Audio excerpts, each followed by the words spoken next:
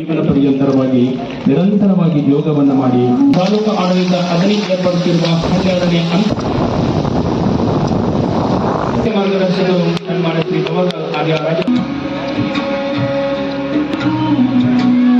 ಅಧ್ಯಕ್ಷರು ಪುರಸಭೆ ಡಾಕ್ಟರ್ ಮಾಡಬೇಕೆಂದು ತಮ್ಮಲ್ಲಿ ಮನವಿ ಸರ್. ಊರಿನ ಪ್ರಮುಖ ನಾಯಕರನ್ನು ಪತ್ನಿ ಕೂಡ ವೇದಿಕೆಗೆ ಆಗಮಿಸಿದ್ದಾರೆ. ಅವರಿಗೆ ಶ್ರೀ ಕೆ ಹನಗೌಡ, ಶ್ರೀ ಸಂಜಯ್ ಪಾಳೆ, ಶ್ರೀ ಸೋಮು ವಾಂಗಿಯವರಿಂದ ಹಾಗೆಯೇ ದಯಮಾಡಿ ಅತ್ಯಂತ ಪವಿತ್ರವಾಗಿರುವ ಸ್ಥಾನವನ್ನು ಒದಗಿಸಿಕೊಂಡಿರುವ ಶ್ರೇಯಸ್ಸು ಈ ಪುಣ್ಯ ಕರ್ನಾಟಕದ ರಾಜ್ಯ ಪ್ರಭಾರಿಗಳು ಹಾಗೆ ಅಭಿವೃದ್ಧಿಪರ ಕಾರ್ಯಕ್ರಮಕ್ಕೆ ಸಹಾಯ ಸಹಕಾರವನ್ನು ಕೊಟ್ಟಿರುವ ಅವರಿಗೂ ಕೂಡ ಯೋಗ ನಮನಗಳನ್ನು ಸಲ್ಲಿಸ್ತಾ ಇದ್ದೇವೆ. ಈ ಕಾರ್ಯಕ್ರಮದಲ್ಲಿ ಪಾಲ್ಗೊಂಡಿರುವ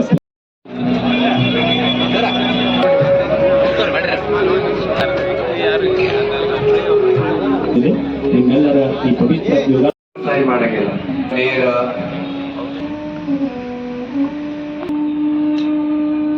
ಬನ್ನಿ ಹಿಂದೆ ಇಟ್ಕೊಳ್ಳಿ, ಹಿಂದೆ ಬಾಗಿ ವಿಂತಿ ಪಡಿಬೇಕು.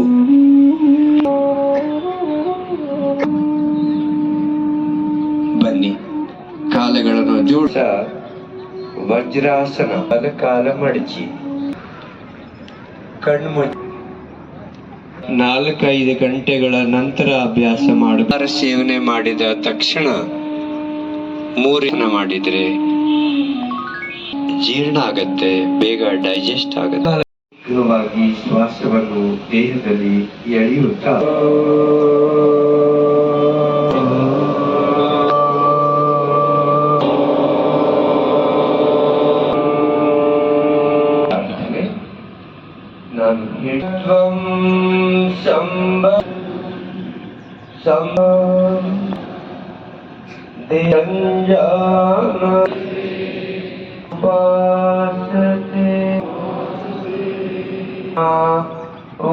ಆರಂಭದಲ್ಲಿ ನಿಮ್ಮ ಭಾಷಣ ಮಾಡತಕ್ಕಂಥ ಸಂದರ್ಭ ಅಲ್ಲ ಇದು. ನೀವು ಎಲ್ಲರೂ ಕೂಡ್ಕೊಂಡು ಒಂದು ಉತ್ತಮವಾಗಿರ್ತಕ್ಕಂಥ ಆರೋಗ್ಯವನ್ನ ನಾವು ಪಡ್ಕೋಬೇಕು ಅಂತ ಹೇಳಿ ಸಂಕಲ್ಪವನ್ನು ತೊಟ್ಟು ಈ ಒಂದು ಯೋಗ ಶಿಬಿರವನ್ನು ನಾವೆಲ್ಲರೂ ಕೂಡ ಮಾಡ್ತಾ ಇದ್ದೀವಿ. ಇದು ವಿಶ್ವದಾದ್ಯಂತ ನಡೀತಕ್ಕಂಥ ಇದೊಂದು ಯೋಗ ದಿನ. ಇವತ್ತು ಬಹುಶಃ 12 ವರ್ಷದಲ್ಲಿ ನಾವು ಪಾದಾರ್ಪಣೆ ಮಾಡಿದ್ದೀವಿ. ಇದು ಮುಂದಿನ 100 ವರ್ಷಗಳ ಕಾಲ ಇದು ಮುಂದೆ ಜರಗಲಿ ಅಂತಕ್ಕಂಥ ಒಂದು ಆಶ್ರಯವನ್ನ ವ್ಯಕ್ತಪಡಿಸಿ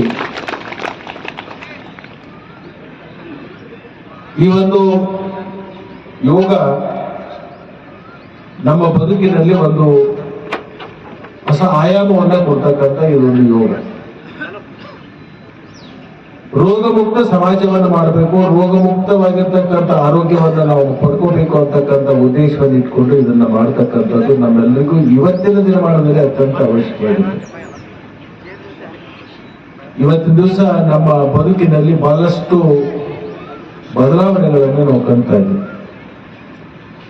ನಮ್ಮ ಪ್ರತಿನಿತ್ಯ ಜೀವನದ ಪದ್ಧತಿ ಮತ್ತು ಆಹಾರ ಪದ್ಧತಿ ಸಾಕಷ್ಟು ಬದಲಾವಣೆ ಆಗಿದೆ.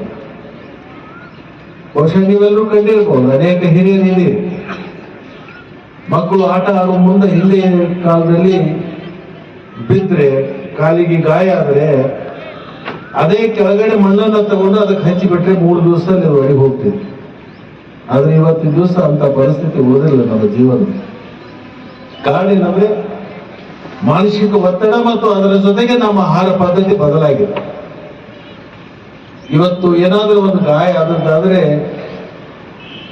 ಅದನ್ನು ಏನಾದ್ರೂ ಹಂಗನ್ನು ಬಿಟ್ರೆ ಒಂದು ದೊಡ್ಡ ಗಾಯ ಆಗಿ ಗಂಗ್ರೀನ್ ಆಗುವಂತ ಒಂದು ಸಂದರ್ಭ ಕೂಡ ನೋಡ್ತಾ ಇದ್ದೀವಿ. ಅದರಲ್ಲಿ ವಿಶೇಷವಾಗಿ ಇವತ್ತು ಆಹಾರ ಪದ್ಧತಿಯಲ್ಲಿ ನಾವು ಪ್ರತಿನಿತ್ಯ ಬಳಸ್ತಕ್ಕಂಥ ಆಹಾರ ಮತ್ತು ಪ್ರತಿನಿತ್ಯ ನಮ್ಮ ಜೀವನ ಶೈಲಿ ಬಹಳಷ್ಟು ಬದಲಾವಣೆ ಆಗಿರೋದ್ರಿಂದ ಇವತ್ತು ನಾವು ಅನೇಕ ಹಳ್ಳಿಯಲ್ಲಿ ನೋಡ್ಬೋದು, ಪಟ್ಟಣದಲ್ಲಿ ಹೋಗ್ಬೋದು, ಕ್ಯಾನ್ಸರ್ ಅಂತಕ್ಕಂಥ ಮಹಾಮಾರಿ ಇವತ್ತು ಬಹಳಷ್ಟು ದೊಡ್ಡ ಪ್ರಮಾಣದಲ್ಲಿ ಉದ್ಭವ ಆಗ್ತದೆ.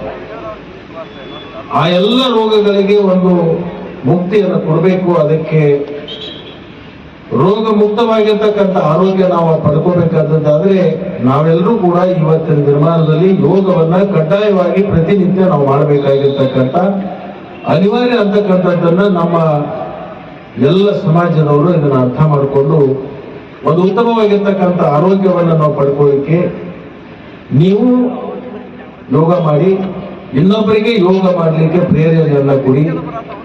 ಈ ಒಂದು ರೋಗ ಮುಕ್ತ ಸಮಾಜವನ್ನ ನಿರ್ಮಾಣ ಮಾಡಲಿಕ್ಕೆ ನಿಮ್ಮೆಲ್ಲರ ಒಂದು ಸಹಾಯ ಸಹಕಾರ ಪ್ರತಿ ವರ್ಷ ಇದು ಇರಲಿ ಅಂತಕ್ಕಂಥ